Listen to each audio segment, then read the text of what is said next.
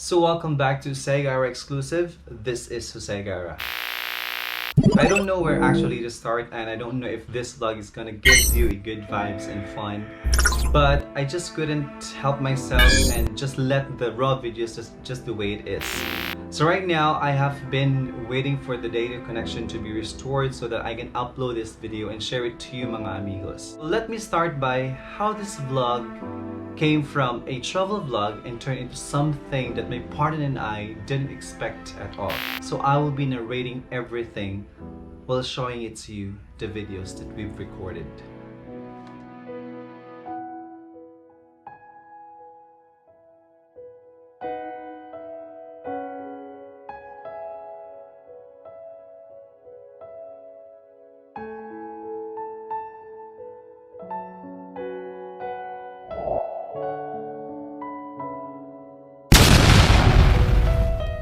Last month, my partner and I already planned this trip to Moalboal, and the dates we chose were from December 14 to 17.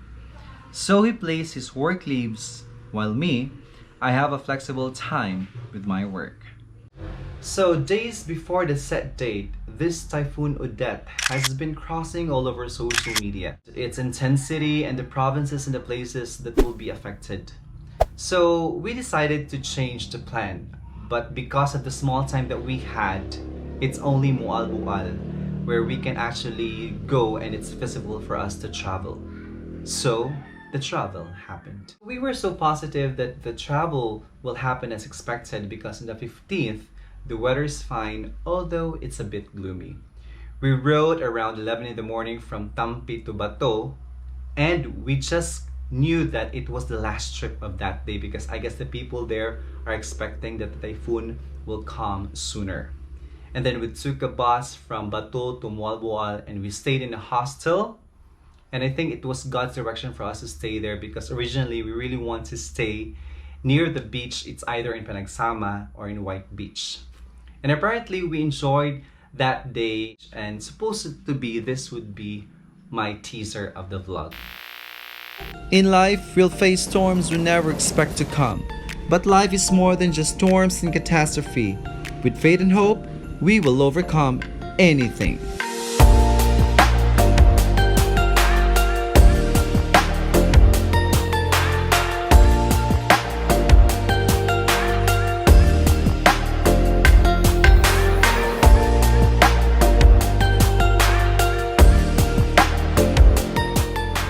This trip was planned a month ago and everything was placed according to its availability.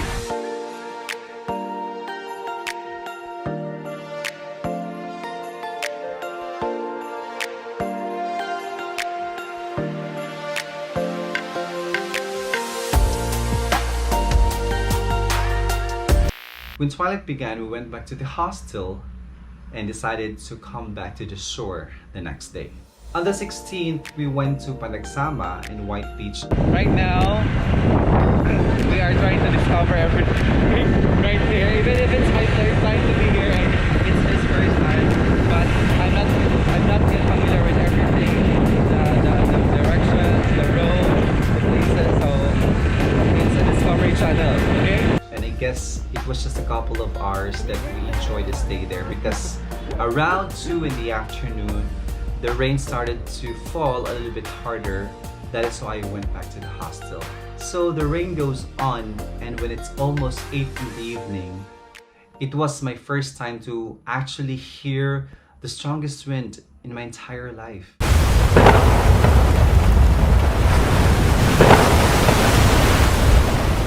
And before the power and the internet connection went off, I was able to read on the news on the Facebook that Negros Oriental, or most of the places in Negros Oriental, are in signal number 4. So by then, I was so worried. We were so worried because what about our families back in Negros? So what happened was we went inside the room and we prayed harder.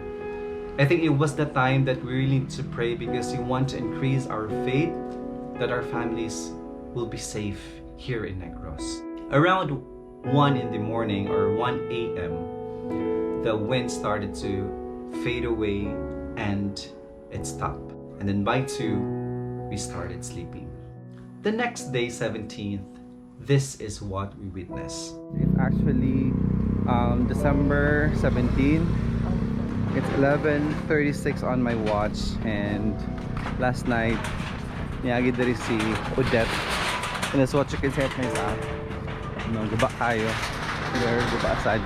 Most of the roads were impassable, and most of the establishments were wrecked by the tremendous rage of the dead. So we are now entering the Mercado of Moalboal. Mercado ba nibi?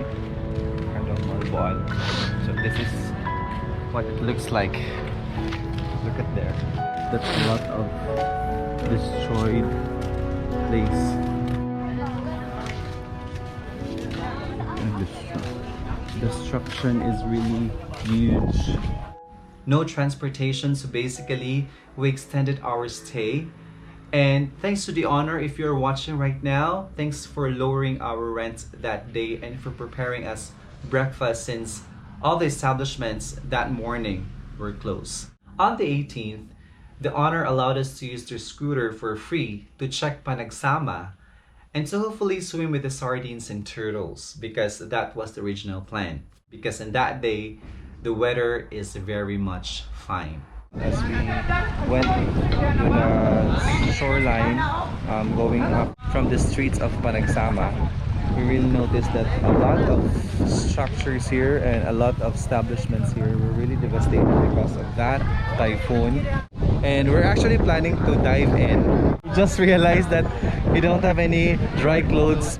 After then, we decided to check our luck if the ports are resuming their operation, since we cannot get any information for the reason that there's no power and data connection. So we traveled from Walbual to Bato, and this was the story.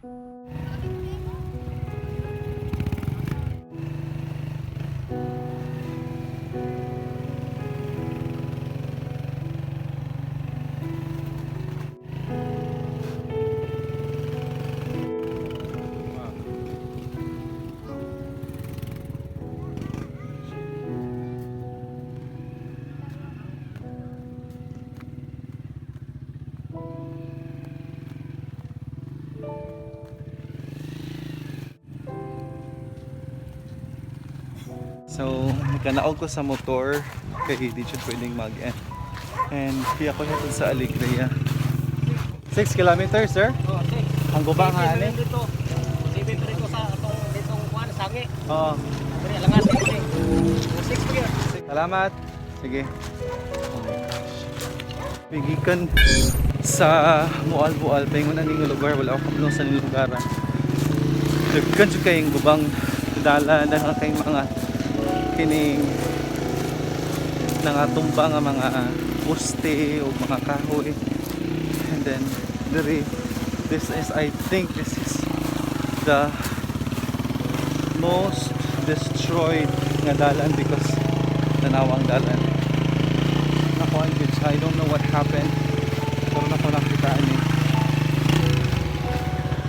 So may mga karatula dito ganina nga send help. Nagapurang bas nagdako kay nga help nga word. Think grabe jud kay dyan. Saka Luis baby. Asa mo gikan, mami? Syudad pa. Syudad.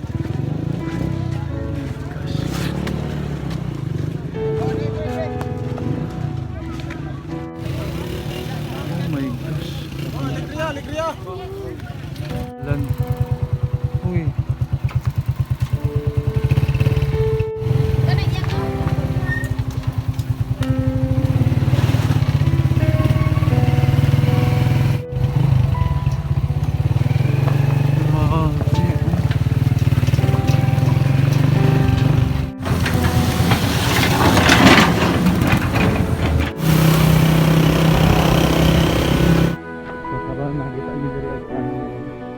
Kuyog. Kasi mga lang ganun, sir? Mar sir Mar. Mar. Si Marojas? BBM ra ba mi? Mar BBR. Wala mi kabalo ko. Sa channel niya sir sa ngalan. Sa Gara exclusive. So naglako mi sa Ilalom sa naglagiting nga kainit, no? Ano ni? Okay. So nami ron diri sa dalan sa Barangay Legazpi, lungsod sa Alegria, no? Tanawa, perting kuana, gubaasa.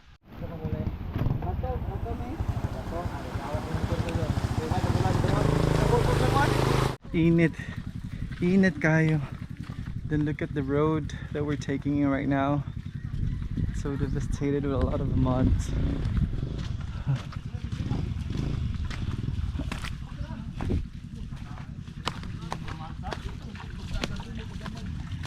Ano siya?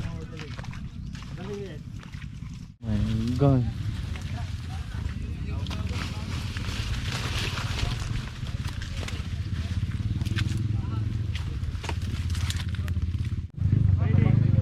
Oh my goodness.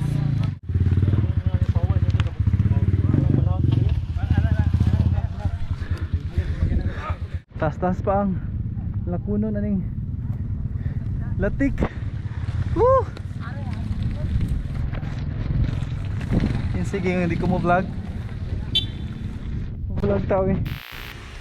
So by this time we are walking under the bridge because the bridge got broke and it cannot be used as of the moment. So we are approaching to the boat because we will be using a boat to get into the other side of this place. Yeah. Gani dili kusog ning kuan sa tubig. Yay! So look at the water. It's muddy gray. No, goma no. Go for the gold.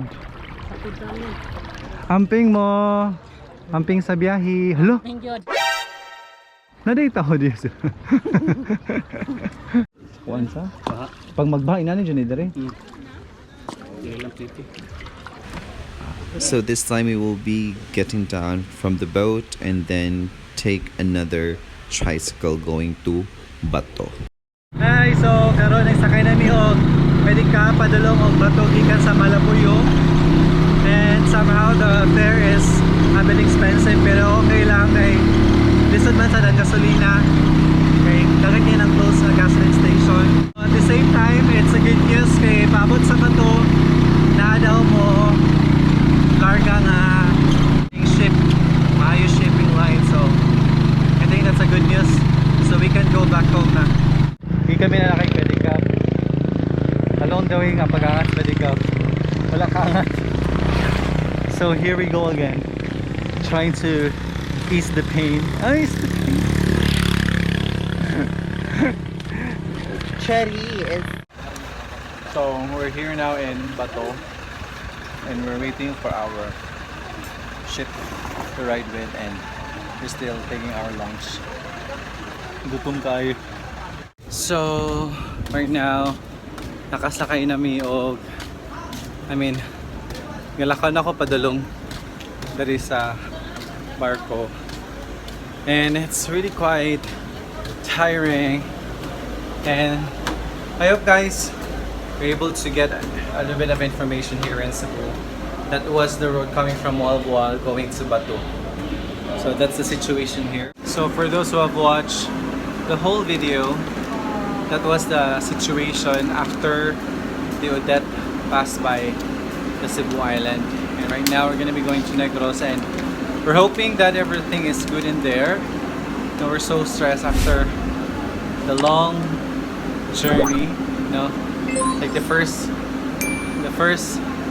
vehicle that we rode was habal-habal and then we dropped into tricycle and then we walked for like 2 kilometers and then after that we ride again another tricycle and then bangka and then tricycle for the last time. So it's actually a bit expensive fare that we've actually paid so far kay pan man siya sa itaw na ating trip man siya daghan man mingi sakyan no and